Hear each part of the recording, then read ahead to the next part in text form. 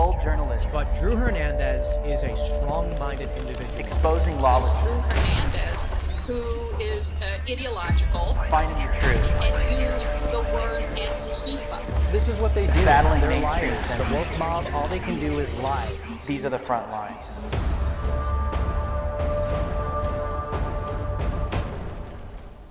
What's going on, Thought Criminals? Welcome to Frontlines. I am your host, Drew Hernandez. We have a lot to get into today. I mean, these people are literally so triggered by Elon Musk. They're going after his citizenship, claiming that he may have lied on his application to come to the United States. And also, AOC put out a movie. I know you had no idea, and it bombed at the box office like opening weekend with terrible opening numbers. And also a lot of woke supremacy to get into today. And our Frontlines reporter, Savannah Hernandez, will be joining me to detail just exactly what she's been reporting on in the formerly known city known as San Francisco, which is a total hot mess. Just want to say thank you to everyone watching tonight. Make sure to watch us on Rumble and subscribe to the channel. Use the QR code on your screen right now. Shout out to everyone watching on Real America's Voice as well. Share the links, copy the links, get them out there, and shout out to the Getter chat as well. My name is Drew Hernandez, and you are now on the front lines. Well, apparently I was put on another hate speech list by the list that was drawn up. This isn't the first time. This is actually another list that I've been put on. The list by Center for Countering Digital Hate. Another list drawn up on social media. I was put on one when Frontlines was taken down off of YouTube on the Turning Point USA YouTube channel. That was actually part of the reason why that happened. So now they're triggered all over again because now that Musk is in leadership, we're all able to be seen again and people are following us again. And of course, they're pissed off about it. So here's actually part of their report that they put out. Because now it's post-Musk leadership, everyone is allowed to have a voice again and have their followers back. So let's take a look at this list. You got Libs of TikTok, number 1. Conceptual James, number 2. Rep MTG, number 3. Lauren Boebert, number 4. Tim Runs His Mouth, number 5. Christina Pashad, number 6. And there I am, Drew H. Live, number 7. So if you take a look at August to October, that's pre-Musk, right? So in August, I gained about 4,600 followers. September, I lost 1,700, was going even backwards, nearly 3,000 in October. And then out of nowhere, I get a boost in November when Musk takes over Twitter with 8,000 plus. So if you guys look at the last one, it says average pre-Musk. I was losing about 37 followers. So I wasn't gaining anything. So the average pre-Musk for my account was actually losing followers and not gaining. Why? Because our suspicions were proven to be true, that not only are they shadow banning, they're literally deleting thousands of followers off of our accounts and not letting us progress or have a voice. Again, our suspicions are conspiracies to be confirmed true.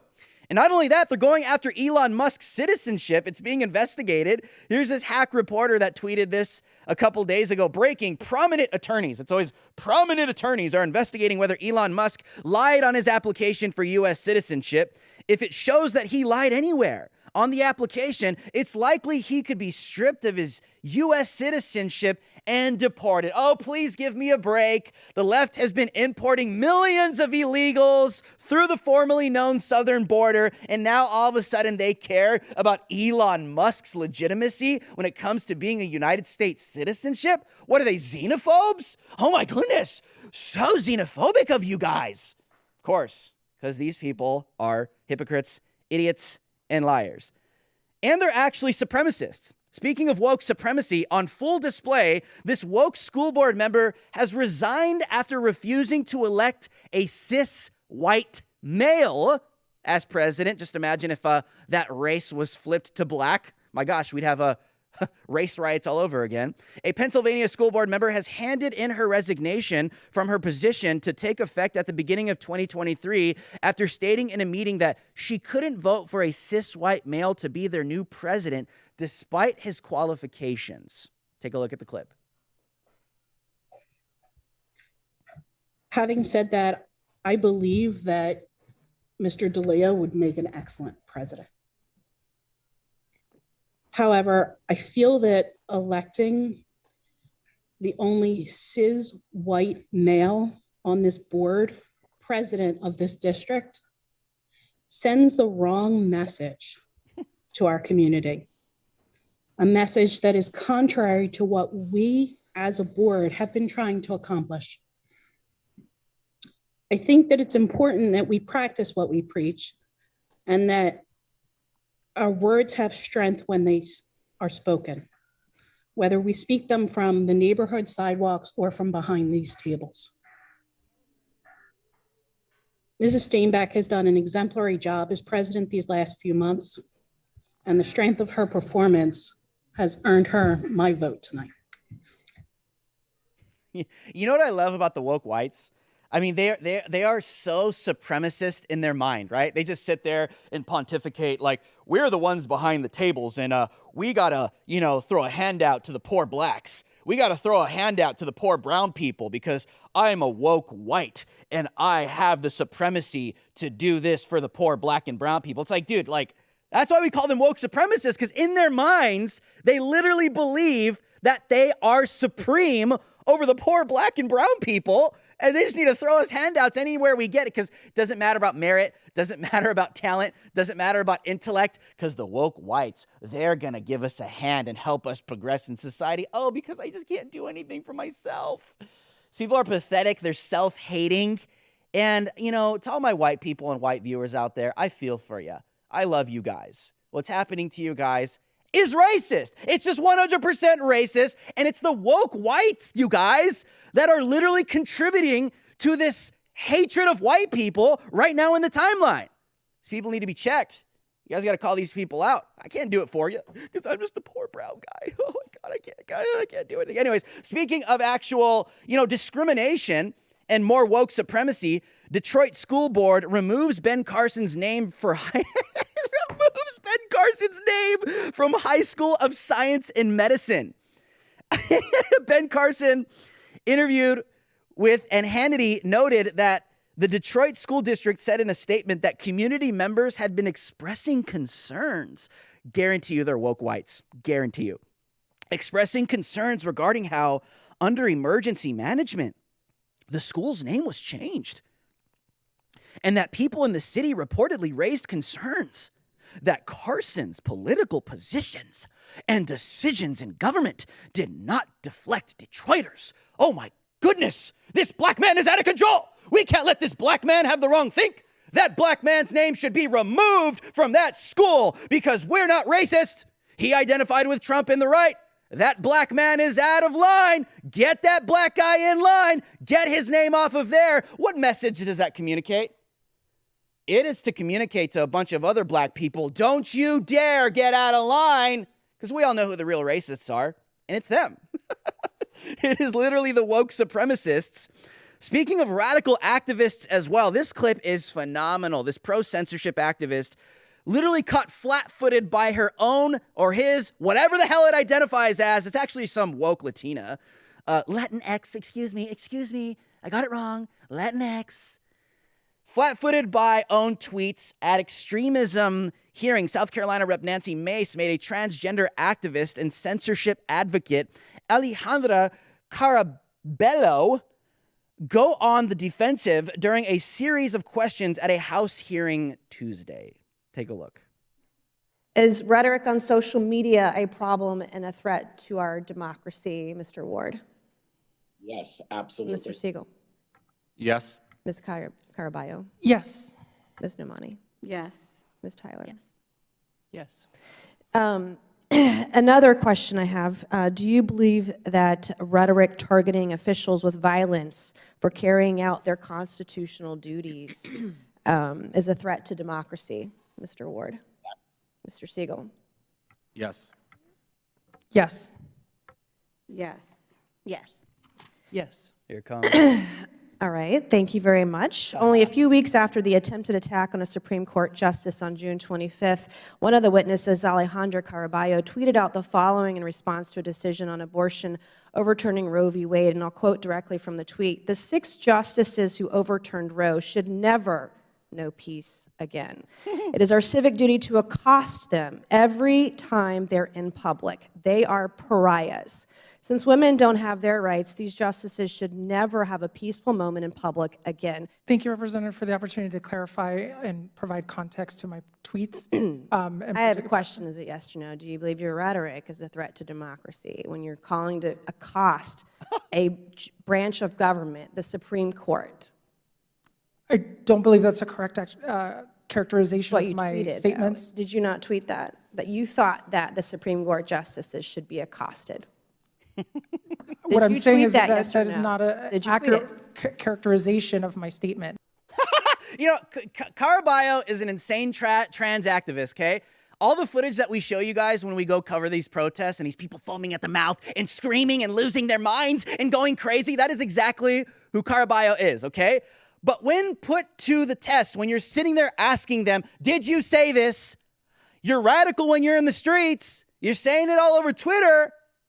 When it's in your favor, calling to accost Supreme Court justices, okay? Calls to action.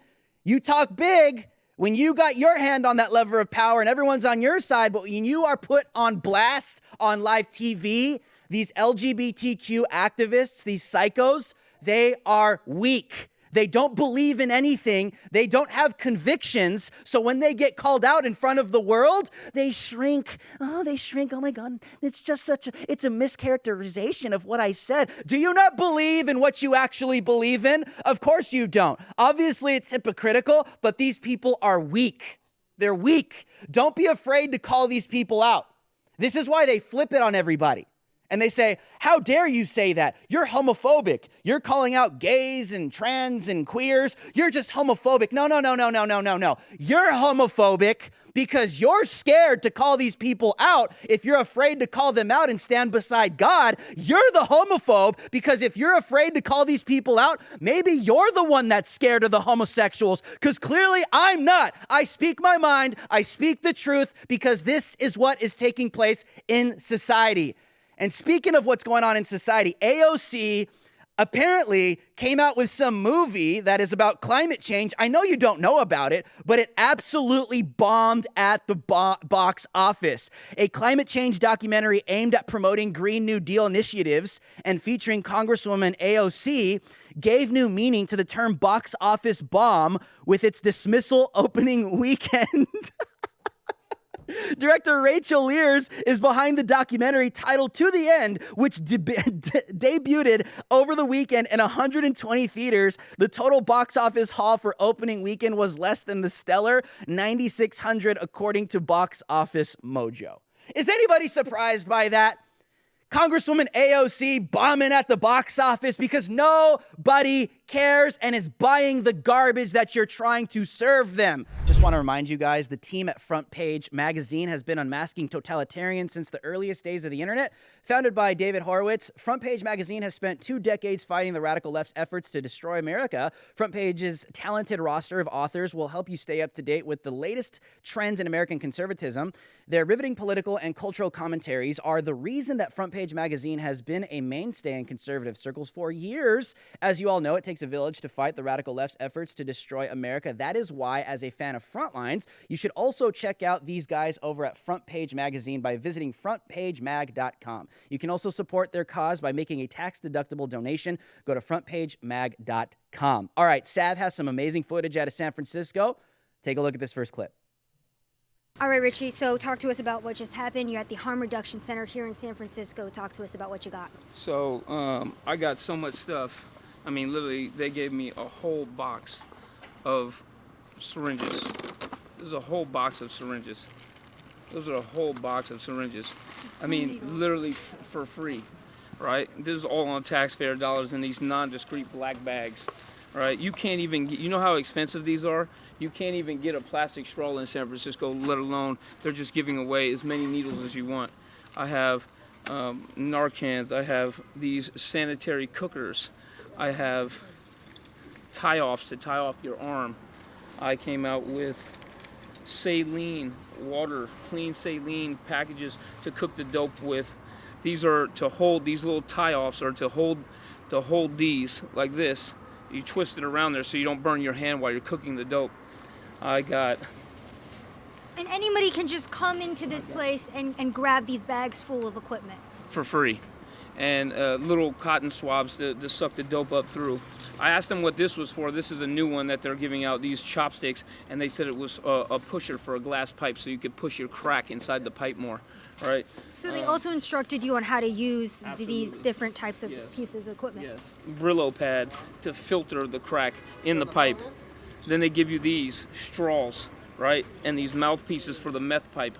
This is to suck the thing. Now, imagine a warehouse where these people are getting together and they're basically cutting little small pieces of tinfoil, right? They're literally giving you small pieces of tinfoil to smoke dope off of this straw like this. That's what they're giving. That's what our taxpayer money is going to here in San Francisco. Not to schools, not to children's, not to the traffic, not to anything to better the roads, anything like that. It is all for that. They even give you vitamin C, which is new to me. I guess it's supposed to help you melt the dope down, the fentanyl and the heroin. It's supposed to help you melt that stuff down. So I mean, so the most surprising thing to me at the end there, after I got all this stuff, all this paraphernalia that they're basically giving away for free, the most alarming thing was I asked where I could go to get some help to get clean. What program can I get into right now to get clean and off the streets? And they had no idea. They told me to go down to Hospitality House, that they don't know anywhere I can go in and get abstinence-based treatment and just get clean. And that's the problem here in San Francisco.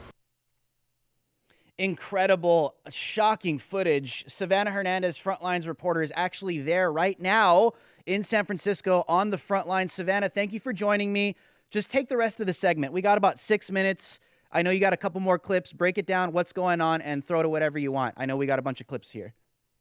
Definitely, Drew. So I actually did send the crew a compilation of what the streets of San Francisco do look like so they can play that as we're discussing what is going on. So I'm currently standing in United Nations Plaza, and the Tenderloin Center was actually here. Now, this was a center that the mayor of San Francisco had created. They invested $22 million in taxpayer funding to open the center up, and it's already been closed down after less than a year of being open. And it was closed down because I believe they referred less than 1% of the people who were using those programs. So just to give you guys an example, interesting thing that we're at today.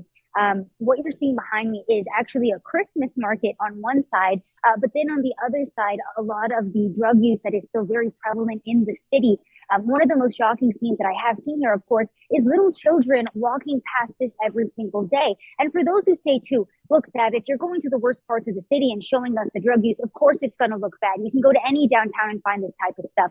Well, I was in a very affluent neighborhood just yesterday because a 10-month-old baby overdosed from fentanyl. The ambulance had to come and administer Narcan to a 10-month-old child because for some reason there was fentanyl in the grass. Keep in mind, this is a neighborhood where homes are being listed for upwards of $3 million. So if people think that this is an issue that is only affecting the downtown areas of San Francisco, they'd be very wrong. So again, I was speaking to Richie, who is a San Francisco local and former drug addict himself, and he is trying to highlight what is happening in the city because on top of him, I've talked to other locals who, again, formerly drug users, saying the city is basically making it impossible for addicts to get clean here because of the things that they're seeing every day, because of the prevalence of drug use.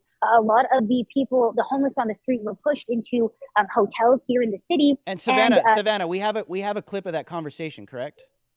Can we air that? Yes. Let's air that. Sure. Let's go ahead and play that. I want the people to see that. Let's take a look at that. I couldn't be clean like how it is right now. Cause see, these addicts here, they kind of enable them. They call themselves helping them, but they enable them. They give them rooms, they give them dope, they give them syringes, they give them all kind of stuff, right? They can go up there to link sit down and get high. You know, I know they're closing it down. It might even be shut down already. Yeah. But we'll walk through there.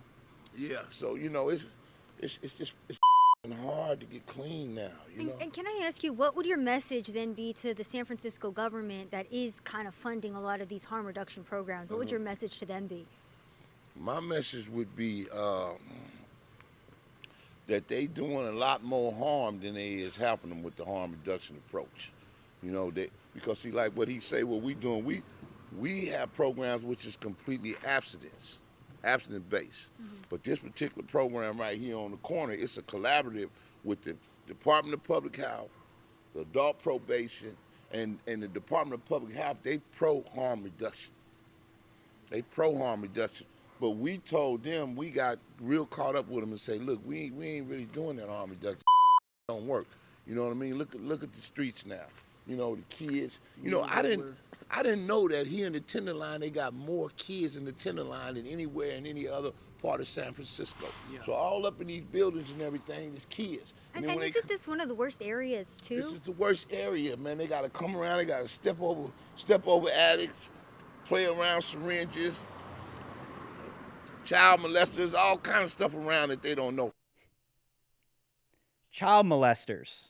Savannah, this is what is right next to children, and the city of San Francisco just, thinks it's normal? We got about 2 minutes left. Break down everything else, and where can people follow you? You got 2 minutes, Savannah. All right, Drew. So another aspect of the crime that's happening here in the city that I want to bring up is, for the first time, I'm seeing big groups of Hondurans here. I spoke to a former San Francisco police officer who told me that it's mostly Central American males that will illegally come into the country, and they will utilize the city sanctuary laws to sell drugs here. So, I'm walking through the Tenderloin. I'm seeing these groups of Hondurans. I went and I spoke to them. They didn't speak any English. They said they've been here for about a year, and they had quite a big bag of a white powder. I can't confirm what type of substance this was. It could have been heroin, cocaine, fentanyl, you take your pick. But keep in mind that this is actively happening in the streets right next to police officers, and the police officers have been told to stand down, that they can't do this. So it's absolutely insane to see the city. You know, you're walking down the street as well, and you're looking at all of these retail stores who've had to hire private security because the police cannot crack down on anything. We know that retail theft is a big issue here, and the reason why drug users will steal things is so they can fund their addictions, buy more drugs. And then with these stolen goods that they're buying, other people will buy the stolen goods off of them and then resell them. So there are so many different types of markets for crime here. It's absolutely insane, Drew. And again, too, you're seeing it right here. You know, we have kids walking in this very plaza, attending this Christmas market, and then you can see what's going on behind me. So San Francisco, absolutely insane. Please go follow me on YouTube, Sav Says, or Rumble, because I'm going to be putting out a full, long piece, mini documentary on the streets of San Francisco. Absolutely incredible. We cannot wait to see that. These are the front lines. And go follow Sav on Twitter. She is back from the dead. They could not stop her. She's going to continue to even do more damage to the New World Order and the deep state and the globalists and the people that want to take down this country. Sav, please stay safe out there, dude. We love you very much. Thank you for joining me. Will do. Thanks, Drew. All right, guys, these are the front lines. We got to show you guys the reality of what these people are doing to this country and what they continue to do to this country. That it is why it is imperative to share these links, get them out everywhere you possibly can, because this is why they censor everybody and they put everyone on hate speech lists and try and shadow ban and deplatform people that are exposing the reality and the truth of what's taking place around you. And it's their fault. My name is Drew Hernandez. These are the front lines. I'll see you guys on the next one. We must play offense. Game on. You expect the rest of the world to live in La La Land. We're not. We've been saying these things from day one. Our solemn vow to you, be good, be brief, be gone. You might find yourself changing your opinion on things you've never even thought twice about. That really sets America apart. You are not ready for season 2. This is Reloaded. My life, tale, and my truth has been to fight socialism. Are you familiar with structural racism? Yeah, it's a myth.